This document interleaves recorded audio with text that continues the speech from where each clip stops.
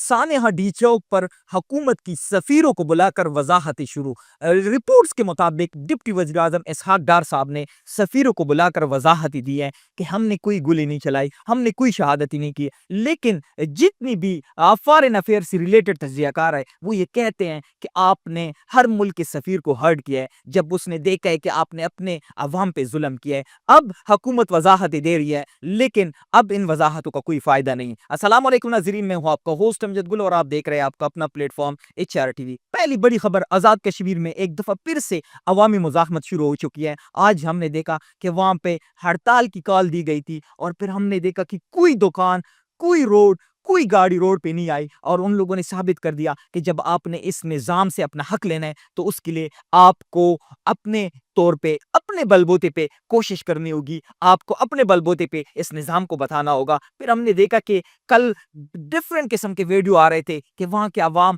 مسجدوں میں یہ اعلانات کر رہے تھے کہ آپ اپنا راشن، آپ اپنا روٹی بندوبست کر لے، کیونکہ یہ جو ہڑتال ہے یہ تب تک چلے گا جب تک ہم دوبارہ اعلان نہ کریں۔ تو آپ یہ دیکھیں کہ گلگت آپ دیکھیں، آپ KP دیکھیں، آپ بلوچستان دیکھیں، آپ آزاد کشمیر دیکھیں، کوئی ایک جگہ تو آپ سے خوش ہو، کوئی ایک علاقے کے لوگ تو آپ سے خوش ہو۔ جگہ جگہ پہ آپ سے لوگ گلے کر رہے ہیں، آپ سے شکایتیں کر رہے ہیں، رو رہے ہیں کہ آپ ان کو دبانے کے لیے، آپ ان کا حق مارنے کے لیے کیا کیا نہیں کر رہے ہو۔ کوئی ایک جگہ، کوئی ایک صوبہ آپ مجھے بتائے جو کہے کہ یہ اس وقت یہ حکومت کی جو سمت ہے وہ ٹھیک ہے۔ اس سے آپ کہہ سکتے ہیں کہ اس وقت حکومت کس سمت میں جا رہی ہے۔ اس کے ساتھ ساتھ آنے والے دنوں میں ہمارے ملک پہ 2 اور تجربات کی تیاریاں اس وقت پروسیس میں ہے۔ ایک تجربہ ہو سکتا ہے بلاول بھٹو زرداری صاحب، یہ کوشش کی جا رہی ہے جس طرح بلاول بھٹو زرداری صاحب 26ویں ترمیم کے لیے باغ دور کر رہا تھا، وہاں سے یہ اندازہ ہو گیا تھا کہ نیکسٹ جب ہم پہ تجربہ ہوگا،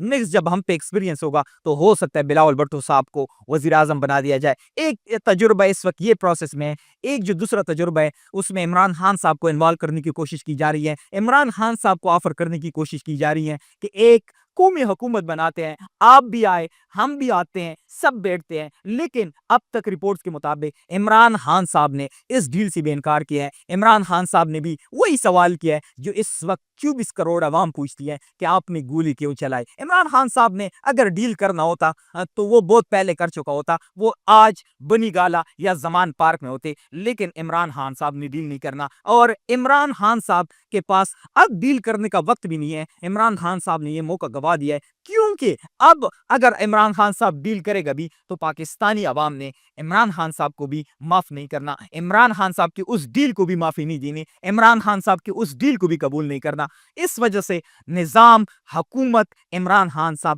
اب پھنس چکے ہیں۔ وہ کوئی بھی ڈیل جب کریں گے، وہ عمران خان صاحب ہو، وہ حکومت ہو، وہ یہ نظام ہو، وہ پاکستانی عوام کے بغیر نہیں کر سکتے۔ اس کے ساتھ ساتھ BBC کا جو سانحہ ڈی چوک پر رپورٹ تھا، اس کے بعد الجزیرہ نے آج رپورٹ جاری کیا ہے اور جو حکومتی بیانیہ ہے کہ ہم نے کوئی ظلم نہیں کیا، ہم نے کوئی گولی نہیں چلائی، اس رپورٹ کو آپ چارج شیٹ کہہ سکتے ہیں اس حکومتی بیانیے پر۔ اس رپورٹ میں یہ مینشن کیا گیا ہے کہ کس طرح وفاقی حکومت میں لوگوں نے لاشوں کا مذاق اڑایا ہے، کس طرح لوگوں کو شہید کیا گیا ہے۔ تو آپ یہاں پہ بیٹھے ہوئے میڈیا میں جو ٹاؤٹس ہے ان کے منہ بند کر سکتے ہیں، آپ ان کو پلاٹ دے سکتے ہیں، آپ ان کے بچوں کے خرچے اٹھا سکتے ہیں، وہ آپ اپنی مرضی کا بیانیہ بنا سکتے ہیں، لیکن BBC اور الجزیرہ جیسے جو اتنے بڑے بڑے ادارے ہیں اس وقت انٹرنیشنل میڈیا کے، وہ آپ کو بار بار آئیڈن دکھا رہے ہیں کہ آپ نے کس طرح اپنے عوام پہ ظلم کیا ہے۔ اس کے ساتھ ساتھ پاکستانی میڈیا کا تباہی اگر آپ نے دیکھنی ہے تو آپ سہیل وڑائی صاحب،